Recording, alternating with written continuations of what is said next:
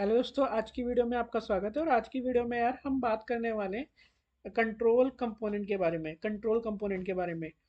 तो ये वीडियो यार बहुत ज़्यादा इंपॉर्टेंट होने वाली है, तो इस वीडियो को यार मिस मत करना। और बहुत इंपॉर्टेंट है ये वीडियो, क्योंकि कई बार क्या पूछ लिया जाता है यार, कंट्रोल कंपोनेंट क्या होता है और अनकंट्रोल कंपोनेंट क्या होता है। हालांकि मैं अनकंट्रोल कंपोनेंट के बारे में बात करूंगा नेक्स्ट वीडियो में, क्योंकि मैं नहीं चाहता वीडियो थोड़ी लंबी हो। वैसे भी बहुत सारी वीडियो मेरी बहुत लंबी हो रही है। कंट्रोल कंपोनेंट मैं यहाँ लिखता हूँ, कंपोनेंट। हालांकि ऐसा ज़रूरी नहीं है कि वीडियो लंबी हो तो ज़्यादा आप वो होगा। मैं चाहता हूँ कि ज़्यादा छोटी हो, ज़्यादा ड्यूरेशन ना हो, 5 मिनट तक ही हो, ताकि आपको बोर ना लगे, आप उतनी नॉलेज गेन कर पाओ। ठीक है, तो मैं कंट्रोल कंपोनेंट के बारे में बताऊंगा, फिर अनकंट्रोल कंपोनेंट के बारे में भी बताऊंगा। ठीक है, कंट्रोल कंपोनेंट रिएक्ट जेएस में क्या होता है, नाम से ही आप समझ में आ गया होगा कि कंट्रोल कंपोनेंट होता क्या है। जैसे यार यहाँ पर हम देख पा रहे हैं, मैं इसको रिफ्रेश करता हूँ। अच्छा हाँ, मैंने क्या कराया कि ना, मैंने ये दूसरा कंपोनेंट एक कंपोनेंट बनाया था, और मैं यहाँ इसको शो कर देता हूँ। कंट्रोल कंपोनेंट इस तरह से इसमें दिखा देते हैं। अब यार मैंने ये अलग अलग बना रखा है, क्योंकि मैं आपको ना कोड देना चाहता हूँ, सारे एक साथ ही दे दूंगा, एक ही लिंक में दे दूंगा, और आपको ये मिल भी जाएंगे। तो आपको ज़्यादा मेहनत करने की ज़रूरत नहीं है। यहाँ पर आप कोड देखें और आप प्रैक्टिस कर सकते हैं। हर वीडियो के नीचे आपको एक कोड मिल जाएगा। कोशिश यही रहेगी हर वीडियो के अंदर मैं आपको एक कोड देता रहूँ। सारा कोड दे दूंगा, एक साथ आप यूज़ कर सकते हो। ठीक है, तो बात करते हैं कि कंट्रोल कंपोनेंट क्या होते हैं। देखो, कंट्रोल कंपोनेंट नाम से ही समझ में आ रहा है, दो चीज़ होती है, कंट्रोल वर्सेस अनकंट्रोल। थोड़ा बहुत यहाँ पे बता देते हैं अनकंट्रोल के बारे में। ठीक है, कंट्रोल और अनकंट्रोल में क्या डिफरेंट होता है। देखो, कंट्रोल नाम से ही समझ में आ रहा है। कंट्रोल का मतलब होता है जब रिएक्ट जेस जो है ना, किसी भी कंपोनेंट में अपना पूरा कंट्रोल रखता है, वो कंट्रोल कंपोनेंट है। और अनकंट्रोल मतलब जिसमें रिएक्ट जेस का कोई हाथ नहीं होता है, मतलब कंट्रोल नहीं होता है, वो अनकंट्रोल कंपोनेंट है। अब आप बोलोगे यार, यार नाम तो हमें समझ में ही आ रहे थे, तो तुम्हें वैसे ही बता दिया, तो क्या क्या बड़ा वो कर दिया। तो यार नहीं, मैं आपको प्रैक्टिकल बताने वाला हूँ क्या मतलब है मेरी बातों का। देखो, जब यार हम इनपुट यूज़ करते हैं, और नहीं, जब हम, मेरा ये इनपुट बॉक्स है, सोचो ये मेरा इनपुट बॉक्स है। मैं कंट्रोल कंपोनेंट के बारे में बता रहा हूँ। यहाँ पर मैं कंट्रोल कंपोनेंट में लिख देता हूँ, कंट्रोल कंपोनेंट यहाँ पे लिख देता हूँ पी टैग, और मैं लिखता हूँ कंट्रोल। ये कंट्रोल कंपोनेंट होगा। ठीक है, कैसे होगा मैं बताता हूँ। जब हम कंट्रोल कंपोनेंट के अंदर क्या होता है कि मेरे पास ये इनपुट बॉक्स है, और इसके अंदर ना प्लेस होल्डर लिख देता हूँ कि एंटर द नेम। अभी ये कंट्रोल कंपोनेंट नहीं है। ठीक है, मैं बता देता हूँ। ये कंट्रोल कंपोनेंट इसलिए नहीं है क्योंकि इस पर रिएक्ट का कोई जोर नहीं है। कंट्रोल कंपोनेंट तब होता है जब हम हुक्स वगैरह का यूज़ करके, या फिर इवेंट यूज़ करके, इस पे अपना रिएक्ट जो है उसका पावर पावर यूज़ कर लेते हैं। जैसे एग्जांपल के तौर पे, जो याद है, मैंने आपको प्रीवियस वीडियो में, बहुत सारी वीडियो में, जिसमें मैंने क्रिएट रीड अपडेट डिलीट बताया था, उसके अंदर क्या करा था, मैंने यूज स्टेट हुक का इस्तेमाल किया और डेटा को गेट किया था। हम इस तरह इसमें क्या होता है कंपोनेंट में, कि हम डेटा इस तरह से गेट करते हैं। पहले हुक बना लेते हैं। जैसे मैं यहाँ हुक बना लेता हूँ, यू नेम नाम से बनाता हूँ, नेम और सेट सेट नेम। ठीक है, तो सेट नेम, ये मैंने बनाया एक हुक, यू स्टेट। कोशिश करूँगा कि आपको इजी भाषा में समझा सकूँ। देखो, ये मैंने करा और ये ऑटोमेटिकली ये हुआ, तो ये बहुत अच्छी बात है वीएस कोड की। अच्छा ठीक है, तो यार मैंने ये कर लिया।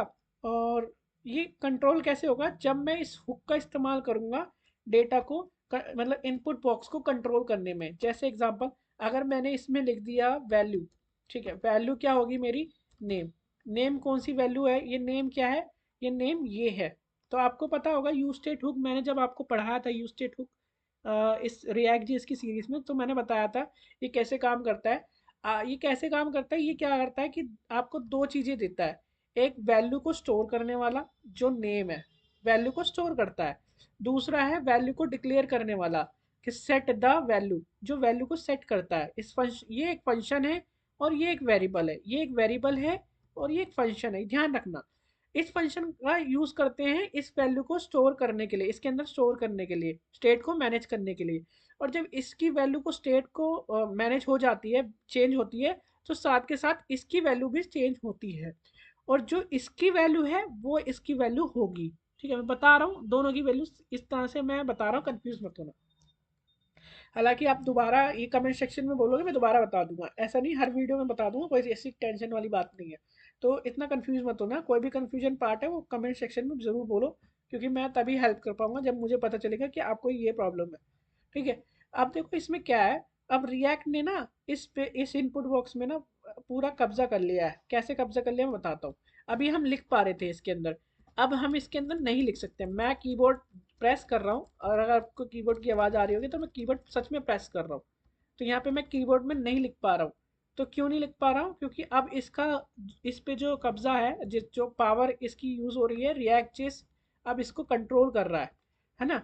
तो इस अब इसको लिखेंगे कैसे, लिखने का हमने बताया था कि ऑन चेंज इवेंट का यूज़ करेंगे, जहाँ पर हम कहेंगे कि ना भाई जो भी हमारे पास रिलेटेड टारगेट है, इवेंट जिस पे भी यूज़ हो रहा है, जैसे इनपुट पे यूज़ हो रहा है उसके अंदर इवेंट जो जिस पे भी यूज़ हो रहा है वो क्या करेगा, सेट नेम के अंदर सेट नेम, क्योंकि सेट नेम एक फंक्शन है जो वैल्यू चेंज करता है किसकी, नेम की। वैल्यू चेंज करता है नेम की, और इसकी भी ऑटोमेटिकली हो ही जाती है।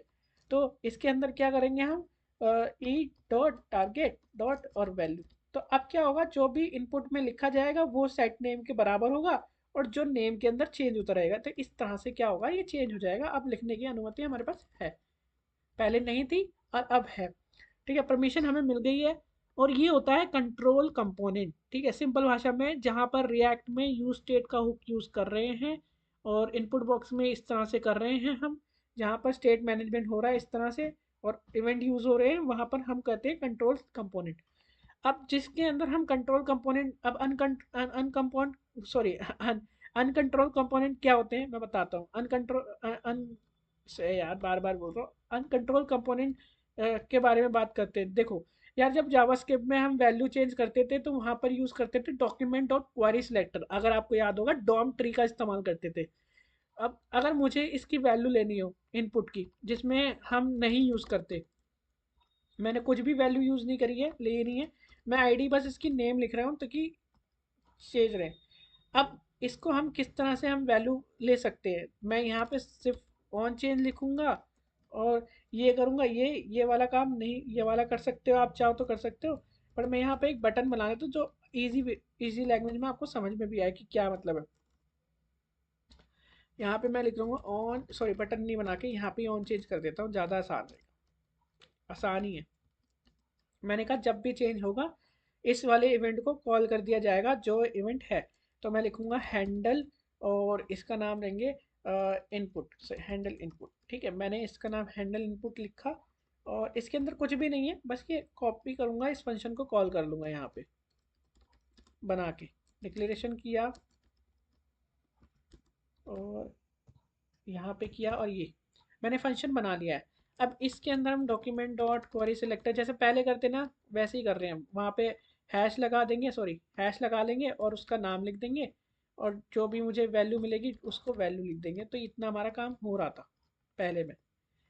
चाहो तो मैं इसकी वैल्यू स्टोर करा सकता हूँ, मैं एन में स्टोर करा लेता हूँ, एन मतलब नेम ही, और फिर कंसोल डॉट लॉग करूँगा तो आपके ये हो जाएगा कंसोल डॉट लॉग, और मैं एन। तो बार बार मतलब ये क्या है, डॉक्यूमेंट क्वेरी सिलेक्टर को चेंज वो करेगा। मैं सेव करता हूँ और मैं राइट क्लिक करता हूँ, इंस्पेक्ट पे क्लिक करता हूँ, सोर्स नहीं कंसोल। तो अब देखना, मैं जैसे ही मैं इसको करूँगा और इसको यहाँ पे रखूँगा, तो आप देखना कि मैं जैसे सैफ लिख रहा हूँ तो देखो यहाँ पे चेंज हो रहा है, और मेरे को बार बार उस फंक्शन को कॉल करना पड़ रहा है। ये होता है आपका अनकंट्रोल कंपोनेंट। हालांकि मैंने एक ही वीडियो में दोनों बता दिए हैं, ठीक है, क्योंकि मुझे लगा कि दोनों के कंपैरिजन आपको पता नहीं चलना चाहिए। अब आप बोलोगे सर यार हम तो जावास्क्रिप्ट में कर रहे थे डॉक्यूमेंट क्वेरी सिलेक्टर, अब इसमें भी ये इसमें है ये।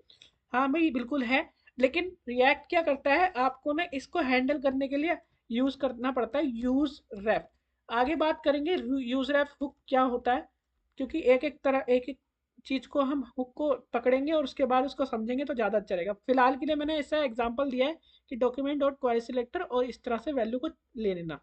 तो ये होता है अनकंट्रोलेबल कंपोनेंट, इसको बोलेंगे अनकंट्रोल। ठीक है, मैंने अनकंट्रोल लिख देता हूँ, ये अनकंट्रोल है, और ये कंट्रोल था जो मैंने बताया, इसलिए मैं लिख रहा हूँ क्योंकि यार मेरे को एक कोड देना है ना आपको, तो इसलिए। ठीक है, तो ये इस तरह से चालू होता है, और ये है कंट्रोल कंपोनेंट और अनकंट्रोल कंपोनेंट। तो आई होप कि आपको ये वीडियो समझ में आ गई हो और ज़्यादा लंबी नहीं गई हो, आपको ये ज़्यादा मतलब वैसे नहीं इरिटेट नहीं की हो, बोरिंग नहीं लगी हो। आई होप कि आपको वीडियो पसंद आई। ये वीडियो इसलिए बनानी थी कि रिएक्ट जेएस के अंदर, क्योंकि आप लोग समझ सको कंट्रोल कंपोनेंट और अनकंट्रोल कंपोनेंट में क्या डिफरेंट है।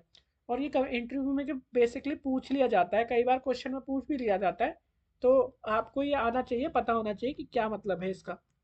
हालांकि मैं ज़्यादातर यूज़ करता हूँ, ये सभी डेवलपर रिकमेंड करते हैं कि कंट्रोल होना चाहिए भाई।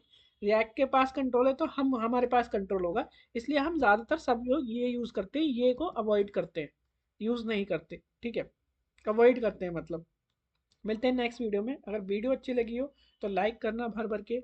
और जैसा भी पार्ट आपको समझ में आया हो, जो भी पार्ट है, आपको वीडियो अच्छी लग रही है नहीं लग रही, बता देना मेरे को कमेंट सेक्शन में। कोई भी डाउट हो तो कमेंट सेक्शन में। और इस वीडियो को शेयर करो उन लोगों को जो रिएक्ट जे सीखना चाहते हैं। मिलते हैं आपको नेक्स्ट वीडियो में, एक मज़ेदार वीडियो, इंपॉर्टेंट वीडियो में, ठीक है।